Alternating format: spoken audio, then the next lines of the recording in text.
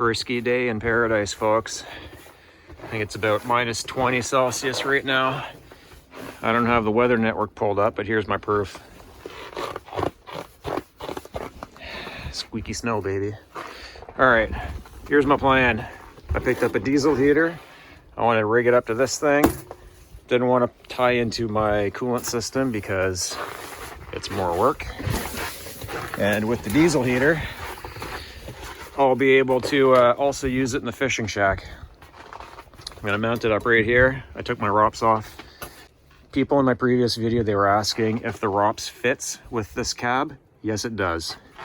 Because if you look at the angle, I know it's hard to tell, but it tips back. So yeah, the hoop does clear. It comes over kind of right here. It does fit. But since I'm not rocking the ROPS, I'm gonna use these two holes. Got a couple bolts. And I'm just doing it the easy way. 2x4s, painted them up. This metal here, it's 1.5 inches. So is a 2x4. Wham bam. Nice and flush. Good morning. All right, here's an update. Got her on. I had my center top hole already drilled so I could hang it, and then I just kind of eyeballed level. Drilled my second hole. Got these brackets mounted on, and then down here I just re-drilled a couple holes so that it would match the bolt pattern of the diesel heater. All right, there she is, folks. Got her bolted onto the bracket. Turned out pretty good. There's my roll bar, lower half anyway. And to connect this thing to power, since this tractor's already got a battery tender, I put one of these plugs on my heater. That way I can just unplug my tender right down there and then plug this directly into the heater. That way I'm hardwired to my battery. And also, if I want to use this for the ice shack, I've got some alligator clamps that the other end has one of these on it. And a quick shot of my other cable I made. So right there, straight onto the heater, and then battery of your choice. All right, I fired this thing up once before to kind of burn off any of the Chinese oils, and it worked just fine. We'll see if we can get her to go.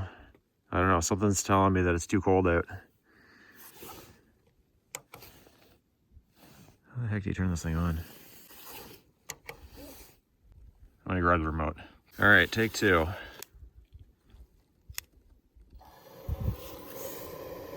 All right, so that seemed to do it.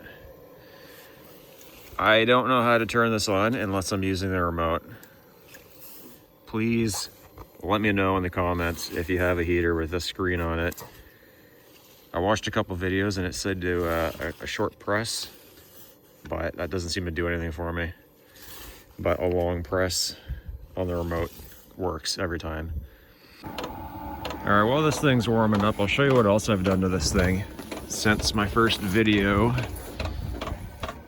I've got a mirror, which has been amazing because when you're plowing with these things, you're constantly looking over your shoulder. You get a pretty sore neck pretty quickly. Also in Canada, it's dark at 4 o'clock in the afternoon. So I've got two of these lights, one in the front, one in the back, with just held on with the gear clamps. And I've got a two-way switch. Forward is the front light, and then rearward on the switch is both lights. I guess if you're going down the road. I've never not used it with both lights, but I also don't take this thing on the road. Pretty janky electrical job. It's just crimped and is about as quick as it can be because I did it in the cold. I don't like the cold. Other than that, I also added on these Amazon special bucket ski things, and would I recommend them for 70 bucks Canadian? No, probably not. they're useful for the first plow, but after that they're just kind of in the way because they stop you from being able to backblade. And once you figure out your bucket angle, it's really not that hard to plow, especially for me. I'm only plowing small driveway, so save your money there. I know there's a lot of videos of people just talking about how great they are. Save your money. Just figure out your bucket angle and you'll be all right. All right, this thing is chooching pretty good now. Oh, and we're blowing some heat. Look at that. Nice. I just threw on some welding gloves and bent my exhaust down because I noticed a pretty hilarious flaw.